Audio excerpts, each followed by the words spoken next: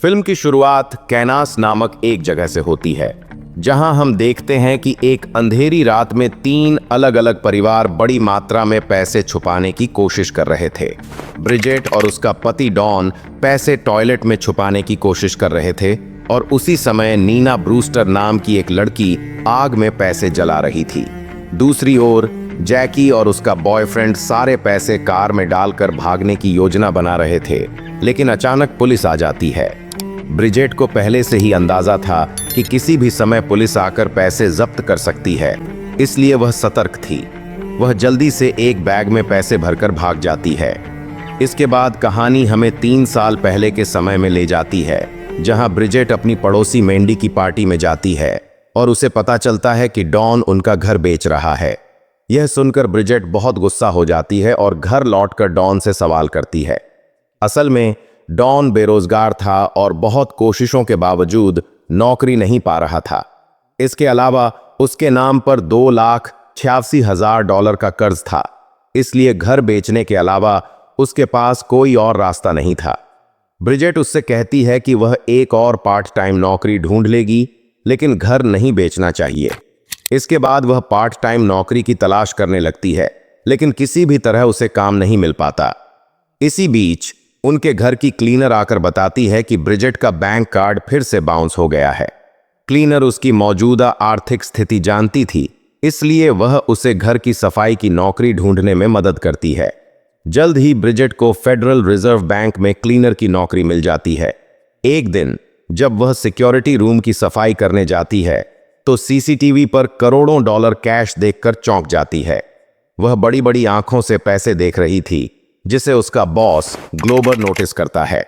Glauber उसे चेतावनी देते हुए कहता है कि यहां मौजूद हर इंसान पर नजर रखी जाती है। इसके बाद ब्रिजेट की मुलाकात नीना से होती है, जो बैंक में पुराने और कटे फटे नोटों को नष्ट करने का काम करती थी।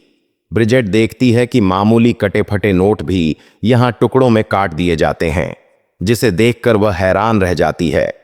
बैंक का काम खत्म होने के बाद शाम को ब्रिजेट जरूरी सामान खरीदने के लिए सुपर शॉप जाती है, लेकिन महंगी चीजें देखकर उसे बहुत लालच आता है। घूमते घूमते वह कुछ ताले देखती है जो बैंक के ताले जैसे दिखते थे। तभी उसके दिमाग में बैंक से पैसे चोरी करने का एक शानदार आइडिया आता है और वह मन ही मन एक योजना बना लेती है। अगले दिन सिक्योरिटी रूम की सफाई करते समय ब्रिजेट और भी ज्यादा ध्यान देने लगती है। पैसे कहां से कहां जाते हैं, कौन सी चाबी से कौन सा ताला खुलता है, इन सभी जानकारियों को वह अपने दिमाग में बैठा लेती है। उसे पता चलता है कि बैंक में 3 मुख्य चाबियां होती हैं। पहली चाबी शॉर्टिंग रूम की, जहां अलग अलग नोटों के बंडल तैयार किए जाते हैं। दूसरी चाबी ट्रेजरी डिपार्टमेंट के एजेंट वेन के पास होती है। तीसरी चाबी क्रशिंग रूम के सिस्टम से जुड़ी होती है। पहले चरण में ब्रिजेट बैंक के पैसों और वॉल्ट से जुड़ी सारी जानकारी इकट्ठा करती है। इसके बाद वह ऐसे लोगों की तलाश करने लगती है जो इस चोरी में उसकी मदद कर सकें। बैंक का काम खत्म होने के बाद सभी के बैग चेक किए जा रहे थे। तभी ब्रिजेट नोटिस करती है कि सिक्योरिटी गार्ड बैरी और सिन नीना के साथ फ्लर्ट कर रहे थे। नीना उन्हें इग्नोर करके बाहर चली जाती है और ब्रिजेट भी उसके पीछे जाती है। वह नीना को अपने प्लान के बारे में सब कुछ बता देती है और मदद मांगती है, लेकिन नीना सीधे मना कर देती है और घर लौट जाती है। लेकिन ब्रिजेट भी जिद्दी थी। वह नीना की बातों पर ध्यान न देकर उसके पीछे पीछे उसके घर चली जाती है। जबरदस्ती दरवाजा खोलकर ब्रिजेट नीना को वही ताला दिखाती है जो बैंक में इस्तेमाल होता है। यह देखकर नीना हैरान रह जाती है, लेकिन फिर भी वह ब्रिजेट के साथ जाने के प्रस्ताव को नहीं मानती और उसे चले जाने के लिए कहती है। लेकिन ब्रिजेट तो जैसे ठान चुकी थी कि किसी भी तरह से नीना को मना कर ही लेगी। वह नीना को नामी गिरामी स्कूलों के प्रॉस्पेक्टस भेजने लगती है। उन्हें देखकर नीना सोचने लगती है कि अगर उसके पास पर्याप्त पैसे होते तो वह अपने बेटे को इन स्कूलों में दाखिला दिला सकती थी। तभी उसके दिमाग में ब्रिजेट का ऑफर घूमने लगता है और आखिरकार वह ब्रिजेट के साथ जाने का फैसला कर लेती है। अब ब्रिजेट को एक और साथी की जरूरत थी, इसलिए वे जैकी नाम की एक लड़की को अपनी टीम में शामिल करना चाहती हैं। ब्रिजेट और नीना एक बार में जैकी से मिलती हैं और उसे पूरी बैंक लूट की योजना बताती हैं। इतनी सारी रकम के बारे में सुनकर लालच के चलते जैकी तुरंत मान जाती है। अब वे तीनों फेडरल रिजर्व बैंक को लूटने के लिए पूरी तरह तैयार हो जाते हैं। अगले दिन ब्रिजेट एक नया ताला अपनी बेल्ट के नीचे छिपाकर बैंक के अंदर ले जाती है। लंच के समय ब्रिजेट नीना को एक सीक्रेट इशारा करती है और नीना भी वही इशारा वापस करती है, लेकिन जैकी सिर हिलाकर ना का इशारा करती है। जब उससे ना कहने की वजह पूछी जाती है तो वह कहती है, मुझे लग रहा है कि आज कुछ बुरा होने वाला है। इस तरह की बेवजह की बात सुनकर नीना और ब्रिजेट बहुत गुस्सा हो जाती हैं, क्योंकि जैकी की वजह से उनका आज का प्लान सफल नहीं हो पाया। अगले दिन वे तीनों एक दूसरे को सीक्रेट इशारा करते हैं और काम में लग जाते हैं। सबसे पहले ब्रिजेट सफाई करने के बहाने इंस्पेक्शन रूम में जाती है और उस बॉक्स को खोजने लगती है जो इंस्पेक्शन के लिए खोला गया था। बॉक्स मिलने के बाद वह सफाई करने के बहाने अपने लाए हुए ताले से बॉक्स के ताले को बदल देती है। इसके बाद कॉरिडोर से गुजरते हुए ब्रिजेट इशारे से जैकी को बॉक्स का नंबर बताती है और नीना को एक छोटे से कागज पर लिखकर भेज देती है। फिर असली ताला वह वॉशरूम में छिपा देती है। अब जैकी की बारी थी। वह अपने कार्ट में 37 नंबर का बॉक्स लेकर एलिवेटर में चढ़ती है। जैकी ऐसे खड़ी होती है कि उसके हाथ किसी को न दिखें। फिर वह बॉक्स का ताला खोलकर अंदर से ढेर सारे पैसे निकालकर एक बैग में रख लेती है। फिर वह बैग को कूड़ेदान में फेंक देती है। कुछ ही देर बाद ब्रिजेट वहां आती है और बहुत सावधानी से कूड़ेदान से पैसों से भरा बैग निकाल लेती है। इसके बाद वे तीनों वॉशरूम में मिलते हैं और हाथ में इतनी सारी रकम देखकर खुशी से पागल हो जाते हैं। सब अपने अपने तरीके से पैसे को अपने शरीर के अलग अलग हिस्सों में छिपाने लगते हैं। आखिर में पैसे लेकर जब वे बाहर जाने वाले थे, तब ब्रिजेट और नीना नोटिस करती हैं कि जैकी की पैंट के पास से कुछ नोट बाहर निकल आए हैं। तभी नीना सिक्योरिटी गार्ड बैरी के साथ फ्लर्ट करने लगती है और ब्रिजेट इशारे से जैकी को अपनी पैंट ठीक करके पैसे छिपाने को कहती है। तभी वहां ग्लोबर आ जाता है। उसे देखते ही समझ आ जाता है कि वह बहुत गुस्से में है और असल में ब्रिजेट अपना एंट्री कार्ड अंदर ही छोड़कर आ गई थी और ग्लोबर उसे देने आया था। बैंक से बाहर निकलकर सभी ब्रिजेट के घर आते हैं और पैसों को आपस में बांट लेते हैं। वे इतने खुश थे कि पैसे उड़ाकर नाचने लगते हैं। तभी अचानक डॉन कमरे में आ जाता है और उनकी चोरी के बारे में सब कुछ जान जाता है। डॉन यह सब देखकर बहुत गुस्सा हो जाता है और ब्रिजेट से यह सब छोड़ने के लिए कहता है, लेकिन ब्रिजेट उसे बताती है कि जब तक उसका लोन पूरा नहीं हो जाता तब तक वह इसे बंद नहीं करेगी। दूसरी तरफ नीना अपने बेटे को एक नामी गिरामी स्कूल में दाखिला दिलवा देती है और ब्रिजेट कुछ कैश बैंक में डिपॉजिट कर देती है। इसी तरह दिन बीतते जाते हैं और इस ग्रुप के तीनों लोग एक के बाद एक चोरी करते ही रहते हैं। इतनी कड़ी सिक्योरिटी के बावजूद वे हर बार बिना किसी परेशानी के सफलतापूर्वक चोरी करने में कामयाब हो जाते थे। इस बीच ब्रिजेट अपना लोन चुकाकर अपना घर बचा लेती है। इसी तरह 6 महीने गुजर जाते हैं। एक शाम वे सभी एक रेस्टोरेंट में पार्टी कर रहे थे। तभी नीना और डॉन आकर बताते हैं कि अब उन्हें चोरी बंद कर देनी चाहिए, क्योंकि उन्होंने काफी पैसे जमा कर लिए हैं। लेकिन ब्रिजेट, जैकी और उसका बॉयफ्रेंड बॉबी इसके लिए राजी नहीं होते। ब्रिजेट बताती है कि उसे इतना पैसा चाहिए कि वह पूरी जिंदगी बैठकर खा सके। आखिर में नीना उसकी बात मान लेती है, लेकिन सभी से कहती है कि आम लोग उन पर शक न करें, इसलिए अब से कोई भी महंगी चीज नहीं खरीदेगा। लेकिन अगले ही दिन ब्रिजेट $2000 की एक रिंग खरीद कर ले आती है। जब नीना को इस बारे में पता चलता है तो वह ब्रिजेट को सबक सिखाने के लिए वह रिंग उसके हाथ से निकालकर टॉयलेट में फेंक कर फ्लश कर देती है। कुछ दिन बाद नीना वॉशरूम में ब्रिजेट का इंतजार कर रही थी, लेकिन ब्रिजेट आने में देर कर रही थी। कुछ देर बाद ब्रिजेट भागते हुए आती है और जल्दी में चाबी नीना की तरफ फेंक देती है, लेकिन नीना उसे कैच नहीं कर पाती और चाबी पाइपिंग के अंदर चली जाती है। उनके पास दूसरी चाबी भी नहीं थी। इसके अलावा उनके पास जैकी का कॉन्टैक्ट नंबर भी नहीं था, इसलिए इस समय उससे संपर्क करना भी संभव नहीं था। ब्रिजेट के पास कोई और उपाय न होने पर वह डॉन को कॉल करती है और बताती है कि बॉबी जल्दी से जैकी को इस बारे में बताए और जैकी आकर उनकी मदद करे। जैकी जल्दी से बैंक आती है और दूसरी चाबी वहां पहुंचाने के लिए एक नया प्लान निकालती है। उधर ग्लोबर देखता है कि ब्रिजेट काफी देर से वॉशरूम के अंदर है, इसलिए वह चेक करने आता है। ब्रिजेट अलग अलग बहाने बनाने लगती है और ग्लोबर परेशान होकर वहां से चला जाता है। इधर जैकी बबलगम के अंदर चाबी छुपाकर उसे लिफ्ट में फंसा देती है। नीना असली चाबी से ताला खोलने की कोशिश करती है, लेकिन चाबी काम नहीं कर रही थी। ठीक उसी समय सिक्योरिटी बैरी उसकी मदद करने आ जाता है। वह ब्रिजेट की बबलगम से चाबी निकालकर नीना को देने आता है। सिक्योरिटी बैरी की नजरों से बचकर जैकी नीना की तरफ चाबी उछाल देती है, लेकिन बैरी को कुछ शक हो जाता है कि यहां जरूर कुछ गड़बड़ चल रही है।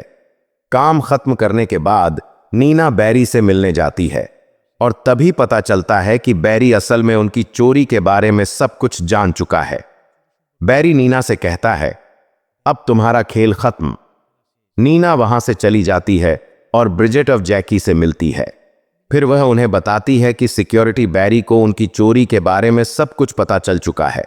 अब सभी लोग मिलकर योजना बनाने लगते हैं, अब आगे क्या किया जाए। तब ब्रिजेट और जैकी सोचने लगते हैं कि बैरी असल में नीना को थोड़ा पसंद करता था। इस मौके का फायदा उठाकर वे नीना को बैरी को फंसाने की योजना बनाते हैं।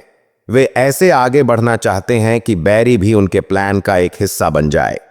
अगले दिन नीना खूबसूरती से तैयार होकर बैरी के घर जाती है और उसे उनके ग्रुप में शामिल होने का प्रस्ताव देती है, लेकिन बैरी सीधे मना कर देता है।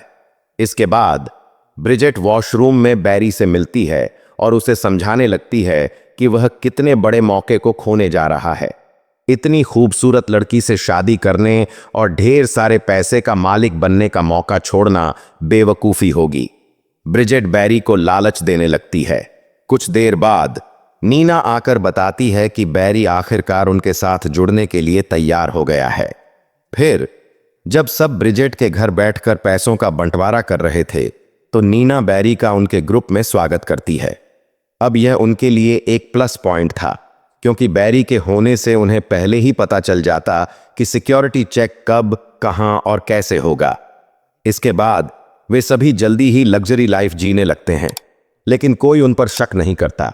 इसी तरह वक्त गुजरता जाता है और देखते ही देखते चोरी करते करते 3 साल बीत जाते हैं। ब्रिजेट अपने घर में एक बड़ी पार्टी का आयोजन करती है। उस पार्टी में ब्रिजेट एक अजनबी शख्स को नोटिस करती है और उसे थोड़ा शक होता है, लेकिन जब उसे नीना की सगाई की खबर मिलती है तो पार्टी का माहौल और भी रंगीन हो जाता है और वह उस शख्स के बारे में ज्यादा नहीं सोचती। अगले दिन ग्लोबर उस अजनबी शख्स को बैंक में लाता है और उसे पूरा बैंक घुमाकर दिखाता है। बैंक के कर्मचारी कैसे काम करते हैं, यह समझाने के लिए वह जैकी का कार्ड लेकर उस शख्स को दिखाता है। जैकी को यह सब बिल्कुल सामान्य नहीं लगता। वह तुरंत नीना और ब्रिजेट को बताती है, लेकिन वे इस बात को ज्यादा गंभीरता से न लेकर अपने काम में व्यस्त हो जाती हैं। लेकिन कुछ दिनों बाद ब्रिजेट फिर से उसी शख्स को देखती है और समझ जाती है कि यह वही आदमी है जिसे उसने पार्टी में देखा था। अब ब्रिजेट थोड़ी असमंजस में पड़ जाती है और उसके हाथ से कुछ चीजें गिर जाती हैं जिनमें नकली ताला भी था, लेकिन किस्मत से किसी ने उसे नोटिस नहीं किया। ग्लोबर के ऑफिस में यह पता चलता है कि उस आदमी का नाम मंडेल और वह फेडरल बैंक का एक एग्जामिनर है। मंडेल ग्लोबर को बताता है कि बैंक से पैसे चोरी हो रहे हैं, लेकिन ग्लोबर इस पर विश्वास नहीं करना चाहता। वह कहता है कि इतनी सख्त सिक्योरिटी के अंदर चोरी करना नामुमकिन है। तब मंडेल उसे सबूत लाने के लिए कहता है। सबूत इकट्ठा करने के लिए मंडेल ब्रिजेट के पड़ोसी के घर जाता है और कुछ सवाल पूछता है। इधर डॉन अपनी पड़ोसी मैंडी से इस बारे में जानकारी पाता है और तुरंत ब्रिजेट को कॉल कर बताता है। डॉन उसे सलाह देता है कि पुलिस के सामने सरेंडर करके कोई डील कर लेना ही सबसे अच्छा होगा, लेकिन ब्रिजेट इसके लिए तैयार नहीं होती। इसके बाद पूरी टीम एक साथ मीटिंग करती है और इस पर चर्चा करने लगती है कि मंडेल को यह सब कैसे पता चला और अब वे इस स्थिति से कैसे बाहर निकलेंगे। यहीं पर पता चलता है कि बॉबी ने शेयर मार्केट में $10,000 इन्वेस्ट किए थे और इसी वजह से IRS इंटरनल रेवेन्यू सर्विस को उस पर शक हो गया। IRS यानी इंटरनल रेवेन्यू सर्विस जो अमेरिका के फेडरल टैक्स कानूनों को संचालित और लागू करता है, और इसी कारण पुलिस ने उन पर निगरानी शुरू कर दी है। ब्रिजेट सभी से कहती है कि जब तक पुलिस के पास कोई ठोस सबूत नहीं होता तब तक उन्हें शांत रहकर इंतजार करना चाहिए, लेकिन सब डर गए थे, इसलिए उन्होंने फैसला किया कि घर लौटकर सारे पैसे नष्ट कर देंगे। बैरी नीना से कहता है कि पुलिस के हाथ लगने से पहले वह खुद ही सरेंडर कर दे, क्योंकि उसका एक बच्चा है। इसके बाद दिखाया जाता है कि जैकी और बॉबी एक ट्रक में सारे पैसे रखकर उसमें विस्फोट कर देते हैं, लेकिन भागने से पहले ही पुलिस उन्हें गिरफ्तार कर लेती है। ये दृश्य ही 3 साल पहले यानी फिल्म की बिल्कुल शुरुआती सीन थे। दूसरी ओर नीना तब पैसे जला रही थी और बैरी कुछ पैसे बैग में भर रहा था। तभी पुलिस आकर उन्हें भी गिरफ्तार कर लेती है। डॉन जब टॉयलेट में पैसे छिपाने की कोशिश कर रहा था तब पुलिस उसे भी पकड़ लेती है। अब सिर्फ ब्रिजेट ही बची थी। वह पैसों से भरा बैग लेकर भाग रही थी, लेकिन उसे नहीं पता था कि मंडेल पहले से ही उस पर नजर रखे हुए था। उस रात ब्रिजेट एक होटल में ठहरती है। तभी मंडेल उसके सामने आकर कहता है कि उसे अपने अपराध कबूल कर सरेंडर कर देना चाहिए, लेकिन ब्रिजेट सब कुछ नकार देती है और कहती है कि उसने तो कुछ किया ही नहीं। इसके बाद पुलिस स्टेशन में सभी से पूछताछ की जा रही थी। पुलिस नीना को मोटी रकम देने का प्रस्ताव देती है ताकि वह सब कुछ कबूल कर ले, लेकिन इस बीच जैकी नीना के सारे अपराध अपने ऊपर ले लेती है ताकि नीना निर्दोष साबित हो सके, क्योंकि बाहर उसका एक छोटा बच्चा है। इधर ब्रिजेट तब अपने दोस्त मैंडी के घर पर थी। मैंडी का पति ब्राइस पेशे से एक वकील था। अब ब्रिजेट ब्राइस से अनुरोध करती है कि वह उसका वकील बने। पहले तो ब्राइस मना कर देता है, लेकिन जब उसे भारी रकम की पेशकश की जाती है तो वह तैयार हो जाता है। इसके बाद ब्राइस को साथ लेकर ब्रिजेट पुलिस स्टेशन आती है। ब्राइस पुलिस से कहता है कि अभी तक यह साबित नहीं हुआ है कि पैसे चोरी हुए हैं या नहीं, क्योंकि अब तक कोई सबूत नहीं मिला है। इसीलिए बिना किसी सबूत के उन्हें गिरफ्तार करने का कोई अधिकार पुलिस के पास नहीं है। मामले को और स्पष्ट करने के लिए ब्राइस ग्लोबर से पूछता है कि क्या बैंक से कोई पैसा चोरी हुआ है, लेकिन अपनी इज्जत और बैंक की प्रतिष्ठा बचाने के लिए ग्लोबर पुलिस को बताता है कि बैंक से कोई पैसा चोरी नहीं हुआ है। नतीजतन पुलिस का केस झूठा साबित हो जाता है। हालांकि IRS इंटरनल रेवेन्यू सर्विस की जांच अभी भी जारी थी। हैरानी की बात यह थी कि ग्रुप के किसी भी सदस्य ने कभी कोई टैक्स नहीं भरा था, इसलिए सजा के रूप में IRS उनकी सारी संपत्ति जब्त कर लेता है। लेकिन एक शर्त रखी जाती है कि यदि वे जुर्माना चुका देते हैं तो उन्हें रिहा कर दिया जाएगा। आखिरकार वे पैसा देकर IRS को सारी रकम सौंप देते हैं और इस केस से मुक्त हो जाते हैं। इसके बाद सभी अपने अपने घर लौट जाते हैं। 8 महीने बाद नीना और जैकी फिर से एक बार में मिलते हैं। वहां पता चलता है कि ब्रिजेट ने बार के किसी गुप्त स्थान पर उनकी चोरी की हुई भारी रकम छिपा कर रखी थी। इतनी सारी दौलत देखकर वे खुशी से झूम उठते हैं, क्योंकि अब वे अपने सारे सपने पूरे कर सकते हैं और पूरी जिंदगी आराम से बिता सकते हैं। वे खुशी में पैसों को हवा में उछालकर जश्न मनाने लगते हैं और यहीं पर फिल्म खत्म हो जाती है। तो वीडियो कैसा लगा यह जरूर कमेंट करके बताएं, और जो लोग मेरे चैनल पर नए हैं या अभी तक सब्सक्राइब नहीं किए हैं वे कृपया सब्सक्राइब कर मेरा साथ देने की अपील करते हैं। सभी लोग खुश रहें, स्वस्थ रहें। अगली वीडियो में फिर मुलाकात होगी।